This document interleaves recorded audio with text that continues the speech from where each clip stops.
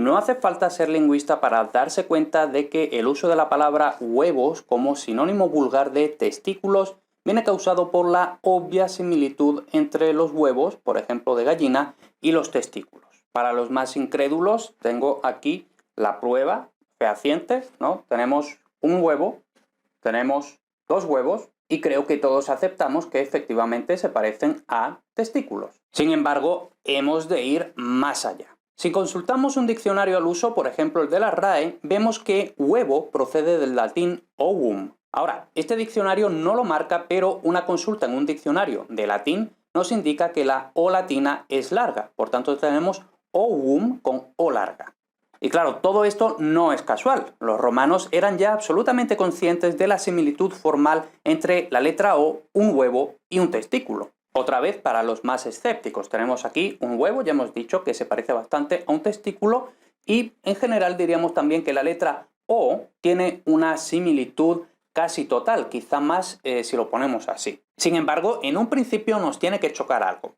Como sabemos, una O larga no diptonga en español, sino que permanece como O, por lo que en principio no se explica el diptongo ue del español huevos. Esto ha llevado a teorías absolutamente disparatadas que defienden que ese diptongo ue del español actual es a causa de un cruce vocálico con la O breve de ovis, argumentando que las ovejas, macho lógicamente, también tienen dos testículos. Sin embargo, es bien sabido que debe decirse carnero, no oveja macho, por lo que la tesis se tambalea desde sus propios cimientos. Así pues, creo que la hora de conocer la verdad ha llegado. Vamos a dar nuestra teoría al respecto, en la que parece que nadie había reparado hasta ahora. Sin embargo, antes de continuar donde lo hemos dejado, hemos de remontarnos a un estadio anterior de la lengua y, como el latín procede del protoindoeuropeo, tenemos que investigar el significado primordial de cada uno de los formantes. Bien, la O hace referencia, como ya se ha dicho, a la forma redonda. Como los testículos son dos, el formante sufre una reduplicación resultando en OO.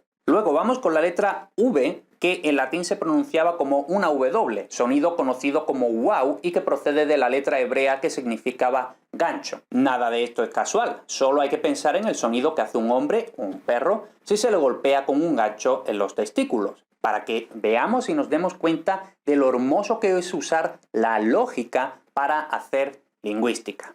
Luego tenemos la U, que es simplemente una reduplicación alofónica de la wow previa, aunque no está del todo claro si la wow y la U eran alófonos en distribución variable de un mismo fonema o si eran fonemas independientes en distribución complementaria, no se sabe, ¿no? Pero en cualquier caso, eso no importa tanto. Siguiendo con el razonamiento anterior, cuando los testículos son golpeados por un gancho, el dolor es lo suficientemente intenso como para justificar esta reduplicación o geminación expresiva, que también se le puede llamar así. Y por último tenemos la M, que es la desinencia casual. Como todo el mundo sabe, el latín usa casos para indicar las funciones sintácticas. Bien, tras ver el significado de cada uno de los formantes primordiales por separado, prosigamos con la explicación donde la habíamos dejado. Siguiendo la pista que nos da la forma de la letra O respecto al parecido con los testículos, todo parece indicar que la palabra originaria era ovum, con dos oes, de modo que se representaran bien los dos testículos, una O por testículo.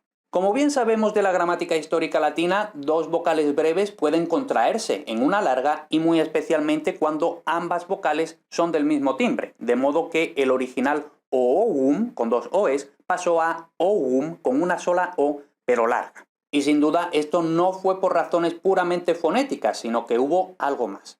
La sociedad romana era mucho más igualitaria que la griega en cuanto a los sexos, el rol de la mujer en la sociedad, etc.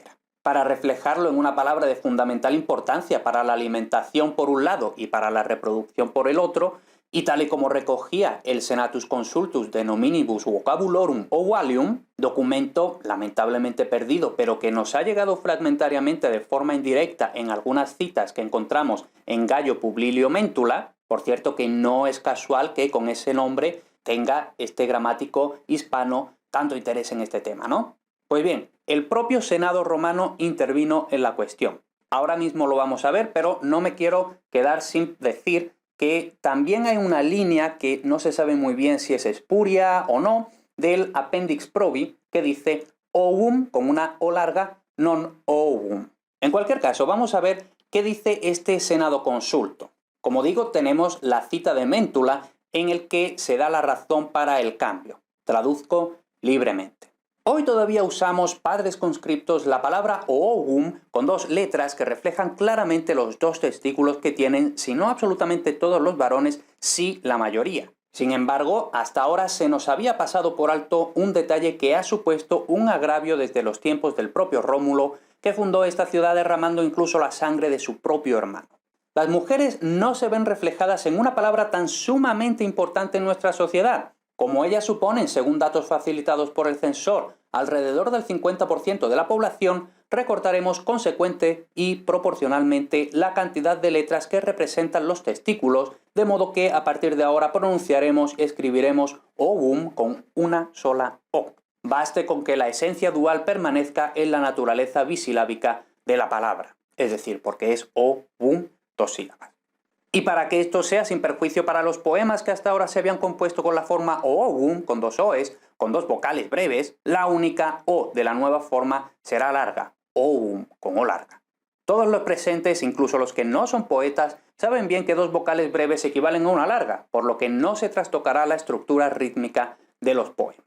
Esa es la cita que recoge Gaio Publilio Méntula del Senatus Consultus de Nominibus Vocabulorum Ovalium, y esa es, en resumen, la historia de por qué el latín tiene una O larga, pero, sin embargo, como adelantábamos, el español tiene un diptongo ue que, según los fundamentos más básicos de la fonética histórica del castellano, no puede proceder de O larga. Entonces ahora tenemos que explicar de dónde viene esa ue si no es de la O larga del latín. Bien es sabido que la Edad Media en la península ibérica fue dura a causa de las constantes guerras de conquista, reconquista y entre los propios reinos cristianos. Esto hizo no solo que los hombres dejaran de reparar en las sutilezas de los antiguos romanos, sino que de hecho quisieran hacer hincapié en su virilidad para imponerse sobre otros hombres. Además, hay constancia de que lides de menor envergadura se resolvían mediante peleas de gallos. Entonces, con todo lo dicho, queda patente la causa principal de la diptongación. La fiereza y atropello con que hablaban los hombres sobre sus gónadas hizo que, a fuerza de repetir una y otra vez la misma palabra cada vez más rápido, la O larga se abreviara en O breve, que diptonga de forma regular en ue.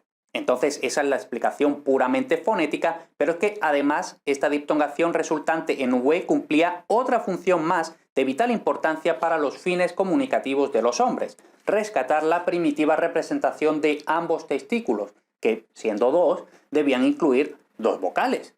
Si no se recuperó el vocalismo original o del latín antiguo, como hemos dicho, fue desde luego por las limitaciones fonotácticas del romance castellano.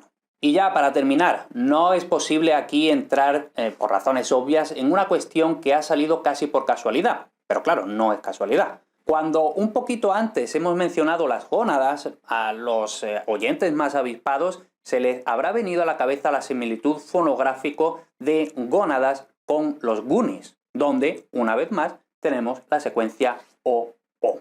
¿Casualidad? Y ahora aquí, otra vez, habrá mucho escéptico, mucho suspicaz que dirá que esto me lo he inventado absolutamente, que nada o prácticamente nada de lo que he dicho tiene sentido. Por eso siempre hay que citar las fuentes que usa uno. ¿Y cuáles son mis fuentes para informarme sobre este vídeo? Mi web. En fin, muchas gracias por haber llegado hasta aquí. Espero que te haya gustado esta parodia de etimologías absurdas que se pueden ver en libros lamentablemente publicados y que hay gente que realmente se cree. Como digo, todo el vídeo es una parodia, por favor, que nadie se lo crea. Y poco más, no tengo mucho más que decir. En este vídeo no quiero dar nombres de quienes han publicado este tipo de etimologías tan absurdas, aunque es bastante obvio, ya he publicado algún vídeo sobre estas personas y todavía tengo más por publicar. Así que estad atento, que pronto seguiré publicando más vídeos para combatir la pseudolingüística. Como los testículos son dos, el formante sufre una reduplicación y el resultado es... Como los testículos son dos, el formante sufre...